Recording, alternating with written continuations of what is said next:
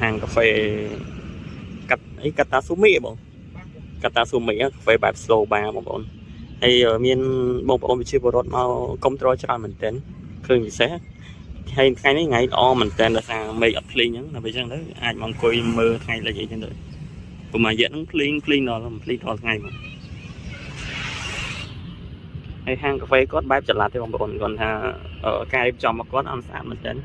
លក្ខណៈ concept បែបជប៉ុនណា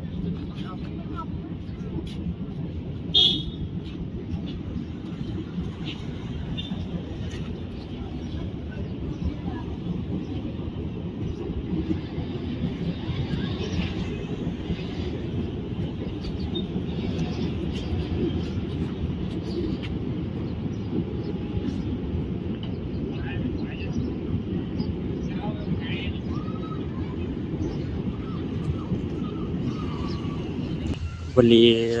ម៉ោងប្រហែលនេះប្រហែលជាម៉ោង5បងប្អូនម៉ោង5ឃើញថាមានបងប្អូន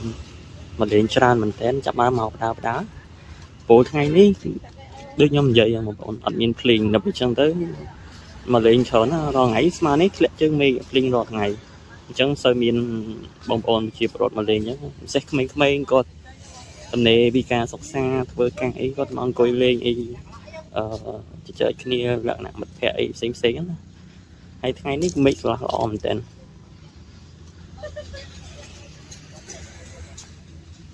ហើយទឹកទន្លេចាប់ដើមឡើងបងប្អូនទឹកទន្លេខាងនេះទន្លេសាបបើខាងក្រោយទន្លេមេគង្គគឺទឹកទន្លេមេគង្គឡើងខ្លាំងខាងនេះក៏ឡើងដែរបងប្អូនគាត់ថាឡើងបើនៅខាងកោះនរាគឺលិចមាត់ទន្លេខាងក្រោមហ្នឹងលិចអស់ហើយលិចចូលចិត្តកន្លះម៉ែត្រ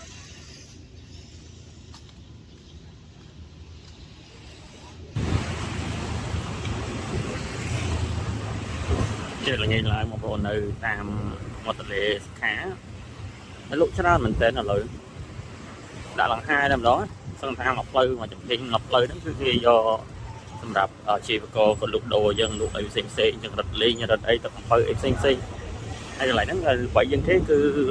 មច្ឆាថ្ងៃហ្នឹងអាកាសធាតុល្អហើយហ្នឹងអាកាសធាតុល្អមានថ្ងៃលិចរាល់ថ្ងៃលេងរាល់ថ្ងៃបង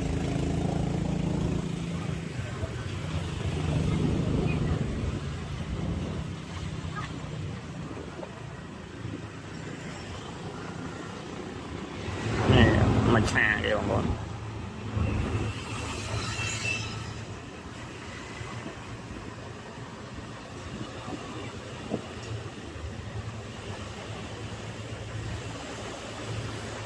ដល់កន្លែងនោះគេធ្វើអីបងសាច់ហ្នឹងមើលមានម៉ាស៊ីនធំមែនទេ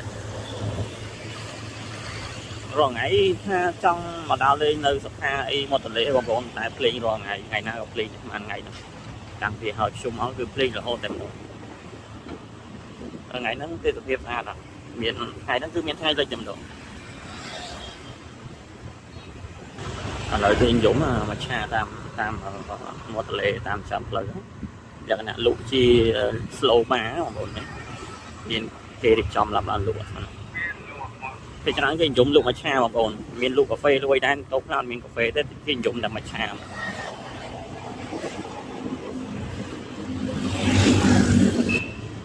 កន្លែងនេះមានជួលម៉ូតូតូចៗសម្រាប់នៅ playground សម្រាប់ក្មេងៗអីអ្នកឬក៏គាត់មកលេងលក្ខណៈគ្រួសារអីចឹងទៅឲ្យក្មេងៗលេងទៅហើយនេះសបោរបស់ហូបចុកណាបងប្អូនឃើញច្រើនមែនតើមកអាំងអីចឹងរត់លេងផ្សេងច្រើនណាមិនច្រើនថាលក្ខណៈដូចនៅ Box Street ដែលគេបើកថ្ងៃសៅរ៍អាទិត្យទេគាត់ថា ឥឡូវគឺជាកន្លែងមួយដែលគេនិយមមែនតើបងប្អូនឃើញទេគឺច្រើនមែនតើតូបដែលមានលក់មួយឆាលក់អីហ្នឹងណាគេនិយមបែបមួយយ៉ាងដូចនៅប្រទេសវៀតណាមលក្ខណៈកាហ្វេ slow bar អញ្ចឹងហើយអារម្មណ៍មួយហ្នឹងមួយយ៉ាងរបស់គេដែរបងប្អូនអង្គុយញ៉ាំមើលទេសភាពអីរីឡិចហ្នឹងណានាំបងប្អូនមកភ្លុកមួយឆាតែកន្លែងណាដែលឆ្ងាញ់ណាដែលអែមអញ្ចឹង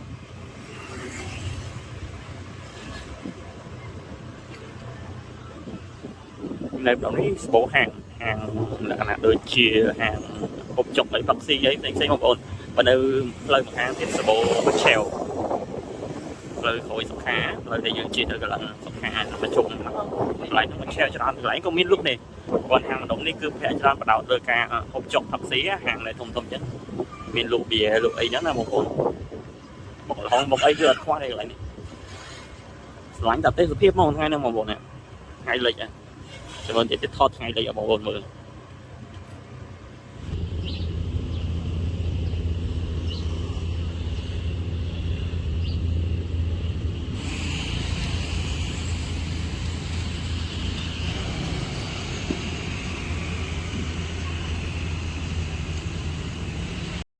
វេលាម៉ោងប្រហែលនេះប្រហែលជាម៉ោង5បងប្អូនម៉ោង5ឃើញថាមានបងប្អូនមកលេងច្រើនមែនតើចាប់បានមកបដាពលថ្ងៃនេះដូចខ្ញុំនិយាយបងប្អូនអត់មានភ្លេងដល់អញ្ចឹងទៅមកលេងច្រើនណារាល់ថ្ងៃស្មាននេះធ្លាក់ជើងមេឃភ្លេងរាល់ថ្ងៃអញ្ចឹងសូវមានបងប្អូនជាប្រវត្តិមកលេងអញ្ចឹងពិសេសក្មេងៗគាត់ទំនេរពីការសិក្សាធ្វើការអីគាត់មកអង្គុយលេងអីជជែកគ្នាលក្ខណៈមិត្តភ័ក្តិអីផ្សេងណាហើយថ្ងៃនេះមេឃស្លាស់ល្អមែនតើ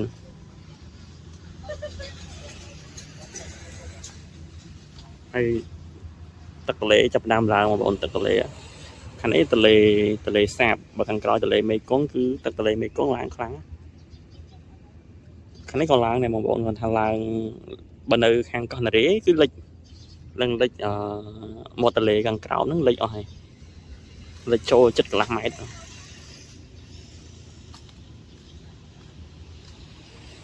បងប្អូនជីវករមួយចំនួនគាត់ចាប់ផ្ដើមរៀបអីវ៉ាន់លក់ចឹងអ្នកខ្លះព្រោះកន្លែងនេះគេលក់ឲ្យតែពេលល្ងាចទេគេលក់តែពេលល្ងាចហើយពេលយប់ចឹង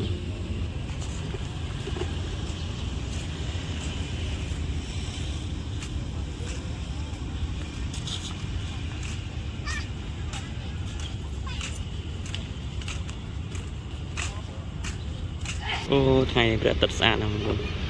គាត់ថាយើងថតពីច្រាស់ថ្ងៃវាមើលទៅកង់ថ្ងៃអត់ទៅស្អាតទេតោះថ្ងៃធ្លាក់បន្តិចទៀតបន្ថតស្អាតភាសាឥឡូវថ្ងៃនៅក្តៅម៉ោង5-10នាទី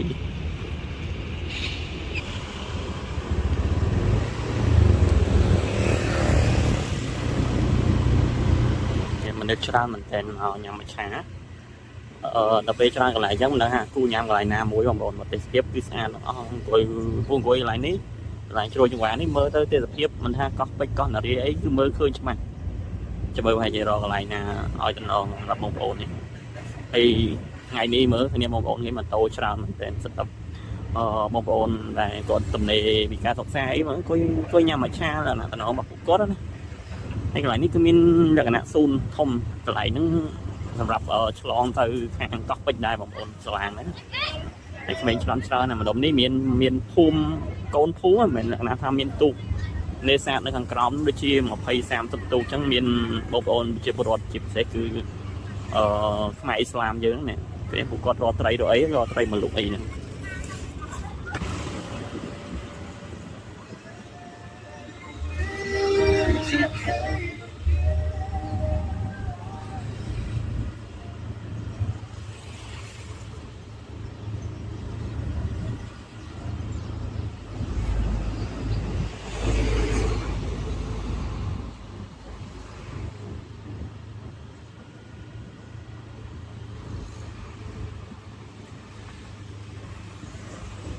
កណ្ដងđóបងប្អូន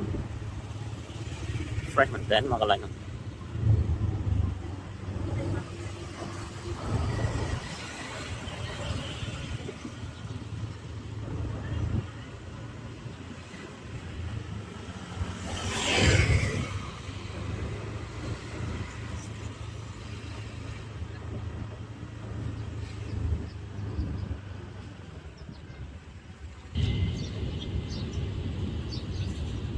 នេះស្លាងនេះឆ្លងមកពីខាងកោះពេជ្របងប្អូនតែមុនអត់មានទេគេតំបើកប្រហែលឆ្នាំហ្នឹងណាដើម្បីកាត់បន្ថយការស្ទះនៅចូលចង្វាទេគេបើកស្លាងឆ្លងពីកោះពេជ្រមកខាង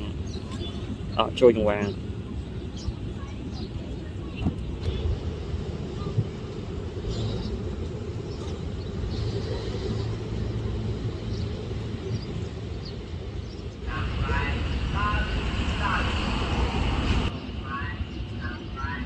ខ្ញុំថតនេះមិនលួចរូបមុនថ្ងៃនេះខ្ញុំមកតាម TikTok តែកន្លែងថ្ងៃ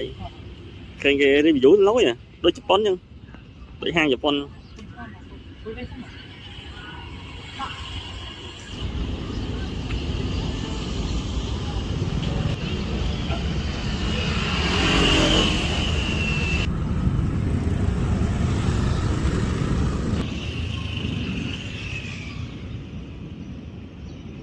ហាងកាហ្វេកាតាស៊ូមីបងកាតាស៊ូមីកាហ្វេបែប slow bar បងប្អូនហើយមានបងប្អូនវិជាពលរដ្ឋមកគ្រប់គ្រងច្រើនមែនទែនឃើញពិសេសហើយថ្ងៃនេះថ្ងៃល្អមែនទែនដោយសារមេឃអត់ភ្លៀងអញ្ចឹងដល់ពេលអញ្ចឹងទៅអាចមកអង្គុយមើលថ្ងៃលិចអីចឹងទៅប្រហែលរយៈហ្នឹងភ្លៀងដល់ថ្ងៃមកហើយហាងកាហ្វេគាត់បែបចល័តទេបងប្អូនគាត់ថាការរៀបចំរបស់គាត់អត់ស្អាតមែនទែនលក្ខណៈ concept បែបជប៉ុនណាសម្បីតែឈ្មោះក៏ប្រុសដែរបងប្អូន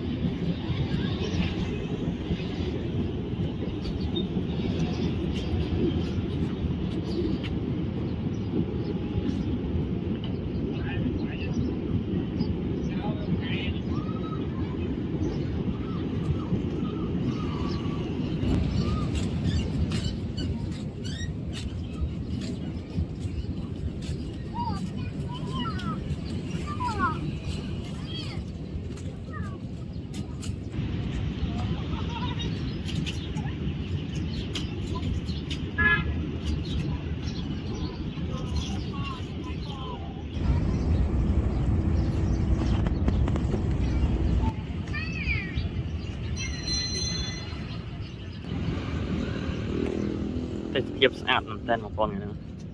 សេះថ្ងៃលិចតែម្ដងម៉ោងប្រហែលជាម៉ោង 5:45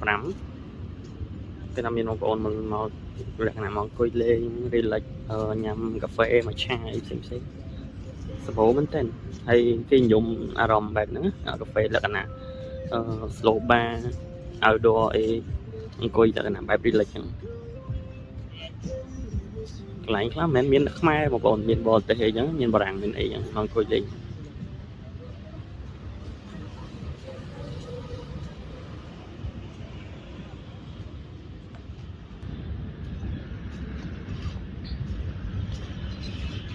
ហើយមិនមែនមានលក់តែមួយឆាលក់កាហ្វេទេបងប្អូនប្រភេទ street food ដូចជាបុកល្ហុងស្អី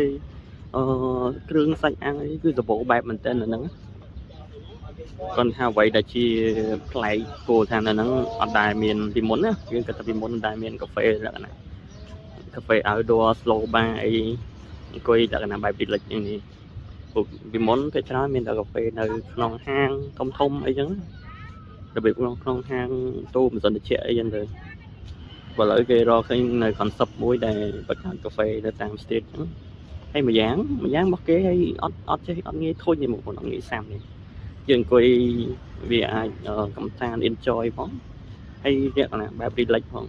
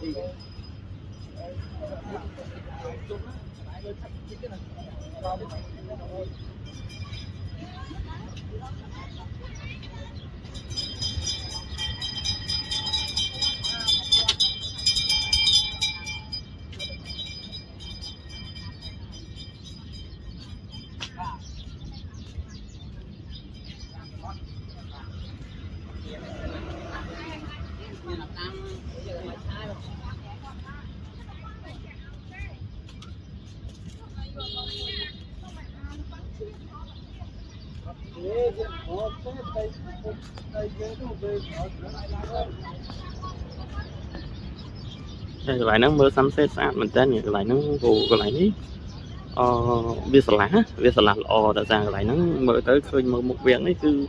គឺស្អាតមែនទែនហើយមានទូកមានអីច្រើនណានេះគាត់ថាបើគេបង្កើតទូកនេះទូកលក្ខណៈទូកទេសចរនៅចូលចង្វារនេះដូចមានបងប្អូនមានខាងមុខព្រះបរមរាជវាំងណា